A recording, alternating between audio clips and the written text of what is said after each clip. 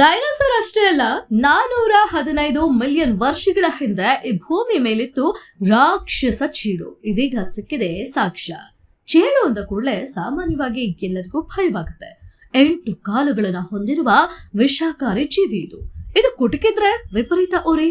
ಇದು ಕಚ್ಚುವ ಮೂಲಕ ಮಾನವ ದೇಹಕ್ಕೆ ವಿಷ ಹರಿಯ ಬಿಡುತ್ತೆ. ಆ ವಿಷವೇ ಉರಿ ಎನ್ನಲಾಗಿದೆ. ಇದನ್ನ ಸಂಸ್ಕೃತದಲ್ಲಿ ವೃಶ್ಚಿಕ ಎಂದು ಕರೆಯುತ್ತಾರೆ. ಜಗತ್ತಿನಾದ್ಯಂತ ಸುಮಾರು 2500ಕ್ಕೂ ಹೆಚ್ಚು ಚೇಳುಗಳ ಪ್ರಭೇದಗಳಿವೆ. ಅವುಗಳಲ್ಲಿ ಕೆಲವು ತೀವ್ರವಾದ ವಿಷವನ್ನ ಹೊಂದಿರುತ್ತವೆ. ಭೂಮಿ ಮೇಲಿತ್ತು ರಕ್ಕಸ ಚೇಳು. ಈ ಚೇಳುಗಳು ಬೇರೆ ಬೇರೆ ಗಾತ್ರವನ್ನ ಹೊಂದಿದೆ. ಸಾಮಾನ್ಯವಾಗಿ ಚೇಳಿನ ಗಾತ್ರವು 8.5 ಮಿಲಿಮೀಟರ್ ನಿಂದ ಹಿಡಿದು ಗರಿಷ್ಠ 23 ಸೆಂಟಿಮೀಟರ್ ವರೆಗೆ ಇರುತ್ತದೆ. ಆದ್ರೆ ಇಲ್ಲಿಯವರೆಗೆ ನಾವು ಭೂಮಿಯ ಮೇಲಿದ್ದ ದೈತ್ಯ ಜೀವಿ ಡೈನೋಸರ್ ಎನ್ನುವ ಭಾವನೆಗೆ ಹಲವರದಾಗಿತ್ತು. ಆದ್ರೆ ಡೈನೋಸರ್ನಂತೆಯೇ ದೈತ್ಯ ಚೇಳುಗಳು ಕೂಡ ಈ ಭೂಮಿಯ ಮೇಲೆ ಎನ್ನುವ ಸತ್ಯ ಇದೀಗ ಬೆಳಕಿಗೆ ಬಂದಿದೆ. ಹೌದು, 415 ಮಿಲಿಯನ್ ವರ್ಷಗಳ ಹಿಂದೆಯೇ ದೈತ್ಯ ಚೇಳು ಈ ಭೂಮಿಯಲ್ಲಿತ್ತು. ಅದೊಂದು ಮಾಂಸ ಭಕ್ಷಕ ರಾಕ್ಷಸ ಚೇಳು. ಇದೀಗ ಅದರ ಪಳಿಯುಳಿಕೆಗಳು ಈಗ ಸಿಕ್ಕಿವೆ. ಅದು 415 ಮಿಲಿಯನ್ ವರ್ಷಗಳ ಹಳೆಯ ಪಳಿಯುಳಿಕೆಗಳು ಎಂದು ನಂಬಲಾಗಿದೆ. ಇದು ಇದುವರೆಗೆ ಸಿಕ್ಕಿದ ಅತಿ ದೊಡ್ಡ ಚೇಳಿನ ಪಳೆಯುಳಿಕೆಯಾಗಿದೆ. ಬ್ರಿಟನ್ನಲ್ಲಿ ಸಿಕ್ಕಿರುವ ಪಳೆಯುಳಿಕೆ. ಬ್ರಿಟನ್ನಲ್ಲಿ ಈ ಚೇಳಿನ ಅವಶೇಷಗಳು ಸಿಕ್ಕಿವೆ. ಈ ದೈತ್ಯ ಚೇಳಿನ ಉದ್ದ 1 ಮೀಟರ್. ಅದರ ಮುಂದಿನ 2 ಕೊಂಬುಗಳು 16 ಸೆಂಟಿಮೀಟರ್ ನಷ್ಟು ಉದ್ದ ಇತ್ತು ಎನ್ನಲಾಗಿದೆ.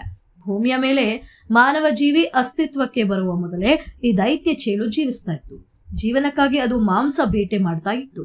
ಭೂಮಿಯ ಮೇಲೆ ಜೀವ ಪರಿಸರಗಳು ಅಭಿವೃದ್ಧಿಗೊಳ್ಳುವ ಮೊದಲೇ ಈ ದೈತ್ಯ ಸರೀಸೃಪ ಜೀವಂತದಲ್ಲಿತ್ತು ಎನ್ನುತ್ತಾರೆ ವಿಜ್ಞಾನಿಗಳು.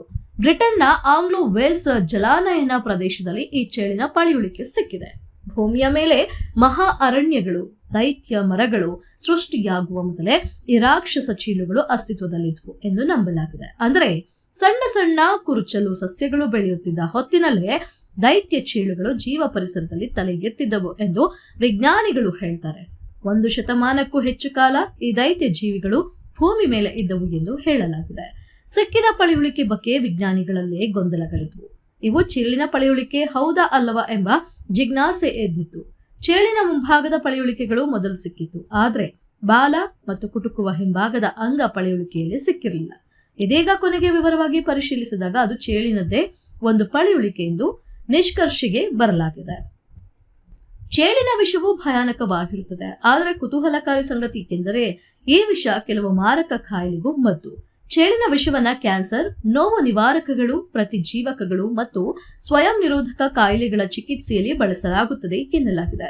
ಚೇಳಿನ ವಿಷದಲ್ಲಿರುವ ಕ್ಲೋರೋಟಾಕ್ಸಿನ್ ಎಂಬ ಪ್ರೋಟೀನ್ ಮನುಷ್ಯನ ಮೆದುಳಿನಲ್ಲಿನ ಗೆಡ್ಡೆಗಳನ್ನು ಪತ್ತೆ ಹಚ್ಚಲು ಸಹಾಯ ಮಾಡುತ್ತದೆ. ಚೇಳಿನ ವಿಷವನ್ನ ಸೌಂದರ್ಯ ಉತ್ಪನ್ನಗಳು ಮತ್ತು ಸೌಂದರ್ಯ ವರ್ಧಕಗಳಲ್ಲಿಯೂ ಬಳಸಲಾಗುತ್ತದೆ. ವಿಜ್ಞಾನಿಗಳ ಪ್ರಕಾರ ದೊಡ್ಡ ಗಾತ್ರದ ಚೇಳುಗಳು ಕಡಿಮೆ ಪ್ರಬಲವಾದ ವಿಷವನ್ನ ಹೊಂದಿದ್ದರೆ ಚಿಕ್ಕ ಗಾತ್ರದ ಚೇಳುಗಳು ಹೆಚ್ಚು ಅಪಾಯಕಾರಿಯಾಗಿರುತ್ತವೆ.